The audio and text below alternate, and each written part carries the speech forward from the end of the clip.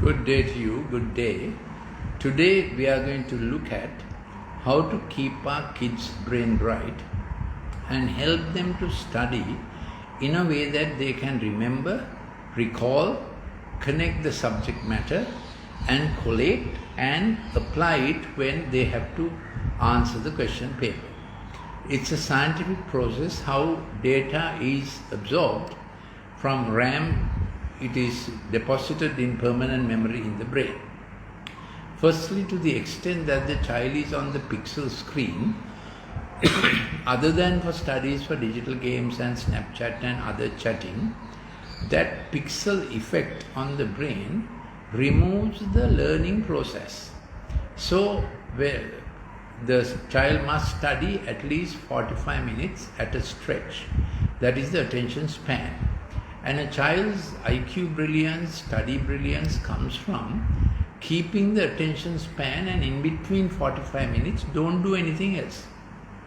Somehow parents have to inculcate this, plead with them, don't fight with them. This generation you can't fight, so you keep the attention span, keep the attention depth, and keep the attention intensity. So regarding attention, there are three important features: attention span, attention depth, attention intensity, meaning how much the kid is absorbing while the teacher is teaching, or when he is reading and studying or studying online, how much is he actually absorbing of what he is studying or reading. Then the best time to study is during sunlight hours, but then of course we have to study with light. Don't have LED lights where they are studying, because the blue frequency of the LED light works against memory. Thirdly, don't have music at the study time. They will tell you, when I am listening to music, I can wait at one place more. That is true, but they are not studying. Music and the kinesthesia, acoustics and the visuals will stimulate the temporal lobe into hyper-imagination and speculation. Whereas we study from our prefrontal cortex, dorsolateral aspect, executive, empathic, decision to study. It involves initiation, navigation, successful end conclusion. That is, for 45 minutes, you did the same thing. And if the kid he studied, that is mediated by dopamine, and it is called salience, working to a target, working to a focus. And then at the end of 45 minutes, serotonin begins to work according to the default mode network of thought designed by a wise, benevolent God. And then because of that action of serotonin, satiety comes in, that is a check back, and that question or thought, how can I improve what I did? So it's not only a curricular feature, it becomes a character feature of checking back. After dopamine has worked for 45 minutes, serotonin takes over for improvement and that good reward sense. So the child inwardly says, that was good, I studied well. So he feels rewarded in the inside, which is the motive of this hour to get on to the next hour with good hope and expectation. If the kid is on the pixel screen getting digitized and into digital games, he will not get that good reward sense, and all the digitization that went on in the last hour takes him away from top-down regulation to bottom-up regulation, because just above our palate there is the ventromedial aspect of the brain, where you get the amygdala, hippocampus and hypothalamus. They move to bottom-up regulation, doing the same thing over and over again with risk and peril, flight, fight and fight mode. So they will talk fight also. All this works against their study capacity. Then they must wake up in the morning, seeing early morning sunlight by at least 5:30 in the morning, because that sets up the bioclocks well as to how insulin, growth hormone, adrenocortical axis will work. That is related to health also. Many kids who are digitized and too much on the pixel screen get childhood obesity, and they also get childhood diabetes, and they get abdominal migraine because of this wrong usage of dopamine. Similarly, at 6 p.m., it is best for a kid to be out a little in the garden, playing something, watching sunset or feeling sunset, so to say, because sunset sets up the melatonin trigger. Melatonin is a neurochemical transmitter in the brain that has to do with memory. Recall the study process that I told you at the beginning, and also it relates to our brain health of neurons, health of the retina, as well as our dream cycles. So by about, if we sleep at 10:30, by about 1 o'clock we begin to have our dream cycles. NREM sleep, non-rapid eye movement, no dream, then dream, REM. And this changes over 3 to 4 cycles. Initially you see bad dreams, and then in the morning you see good dreams, and you wake up feeling refreshed. If the kid is on the device and digitizing himself, he will not get this physiological sleep, because when the dopamine curve ought to be coming down, when the kids are on it without a break, the dopamine goes up and up, and also the DA1 physiological receptor, dopamine receptor, changes to DA2 addictive behavior, which is like a soldier in a foxhole. Foxhole. So a lot of the young fellows are acting like digital soldiers in desperate situation. That's what the digital games, the violence does to them. And they feel like a digital soldier in a foxhole. They are always in peril, thrill mode, experimenting with risk. And the study patterns have got erased into action, entertainment, influencer mode. So evening also by 6 p.m. They must see sunset, and then after 6 p.m. you have to minimize fast digital activity. Somehow plead with your son and daughter and say, darling, you can't do this. Then if you shift to laptop night mode, it's better than using high PPI, pixels per inch. Higher the rate of PPI in the smart gadget, more the child gets digitized to the retina, into the brain tracts. So it's a real problem. So besides these things, while studying online, because online studies have increased, I would recommend after 9 p.m. not to put online studies for kids. You can teach them while online. Don't look at the screen unless it's necessary. Just listen to the screen and get them to write down whatever the teacher is teaching. That is important. If it's being done from a textbook, it is important for the kid also to read the textbook. Then, and I've already told you, reduce LED lights around the area that your son or daughter are studying, because LED lights also have blue frequency that works against memory.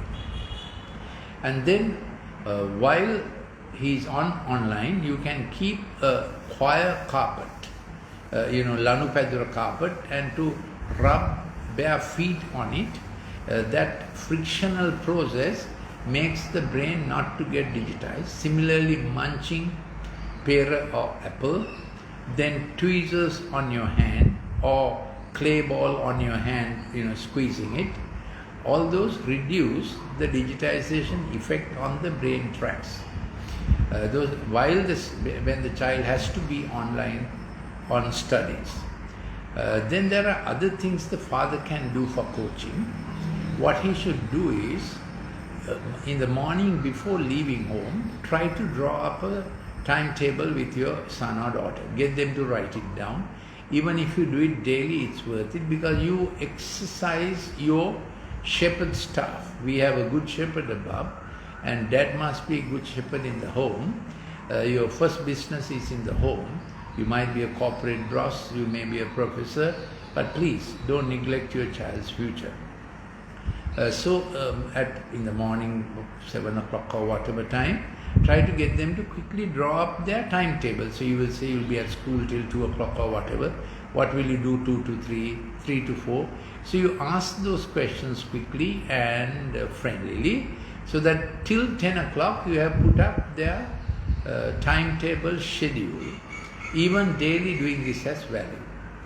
Then another thing to recover, I think this is about the 7th point, another thing to recover good brain activity is meal time. Meal time is oxytocin time. That's a neurochemical transmitter that makes bonhomie. So whole family sit together, no television, no smart gadgets at meal time. Father sets the example. And on a weekday, on a weekend, all 3 meals sitting together, that gives them a digital reprieve. Because oxytocin works like that, masticating, munching food works like that. Use the meal time for maximum profit to get them to be brain bright, and bonhomie makes brain bright. A happy child studies better. Happy child remembers better. So oxytocin, meal times, good meals, homemade meals, father, mother in good, friendly, godly conversation. If you are the praying kind, praying, sing a song, sing Amazing Grace or whatever, make that meal time count for your child's future, count for your child's brain. It's a very important reprieve measure to get them out of their digitization. Then routinely, it's a good thing in the evening for them to do some stretch, because at any age, any stretch with exercise, just walking, hang the cricket ball and just play some cricket strokes, or you play with your sons if you have a little garden. Some kind of physical activity is always good for brain tracts to renew and get reoriented for learning, because all our small joints do a rhythmic movement with the kind of sporting activity we do. We have a thing called empathic motor therapy, that is with grip and rope. We have a Denandare center in our Empathic Learning Center in Colombo, Borella. I am Dr. Lalith Mendis. My last post, official post, was as head of Department of Pharmacology in the State Medical Faculty. How I got involved with this topic is, when a child is on the digital screen, his brain chemistry changes. So recovering that meal time and a little physical activity as much as possible, evening time. Then if you can put your kid early into swimming is the most body balancing, brain brightening physical activity. Similarly, stringed instruments, guitar or violin, themselves playing it, that same movement, the finger movement, the joint movement, intentional rhythmic activity works on our corticospinal tracts. If there are doctors listening, I am using these terms, so that the glutamate secreted in those intentional motor activity begins to inhibit the excess dopamine that has been excited by the digital screen. So physical activity with small joints will be the best form, one of the best detox methods. My WhatsApp number is, if you are in Sri Lanka, 074 211 5011. Write it down, 074 211 5011. If you are from abroad, plus 94 74 211 5011. Send me a WhatsApp requesting the follow-up clip on this and some photographs of what we do in our Empathic Learning Center. You can ask for a consultation if your kid has got into attention disorder, character disorders, they don't like school studies, they are into fantastic, they think of monsters, they think of planets that have not been discovered. So their virtual reality has become unreality. It's fantastic. Then they are into risk behavior sometimes, attempting suicide, cutting themselves.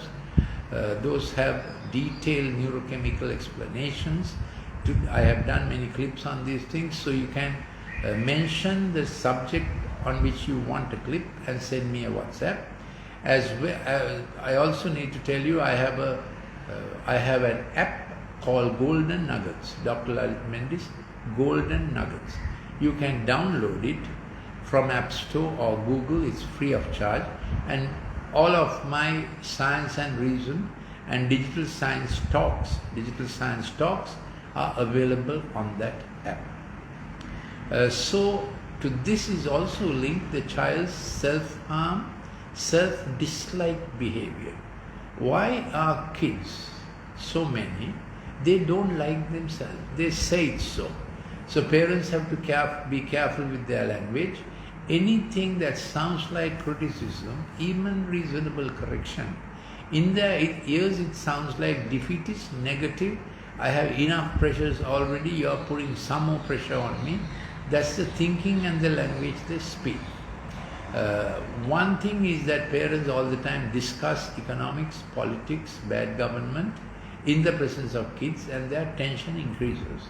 They often feel no point living in this country, and they find they want to get into some startup business soon after O-levels when they are only 16 years old. I have done a detailed clip on how to advise your kids on having a normal school curriculum and span for 13 years. It's always good to do A-level, not just for the studies, but that's the time. 17 and 18, you become a school prefect, you become a captain of sports, you learn to give back to school, and you make lifelong friendships in those last 2 years of school. So to get into early foundational courses when kids don't know what they really want, make them keep switching courses. So even at 24, they don't know what they want because they started the experimentation too early, and parents did not counsel themselves adequately. To be fair by parents, there is such a stress on the economics and disruption of education procedures and so much market gimmicks. For instance, I have constantly told you the American Pediatric Academy recommendation is no smartphones for kids before the age of 3, it will scramble their language. But you will find all kinds of marketing advertisements that electronic media can teach languages, this, that and the other. That is not so.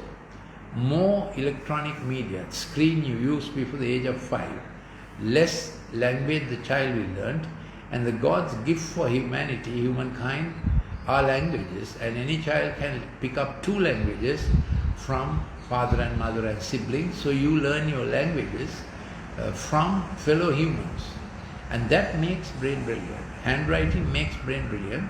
So even when you are advanced in years, please write 4 A4 pages in 2 languages and you don't get Alzheimer. That's how good handwriting is at all ages, certainly at a young age for brain development.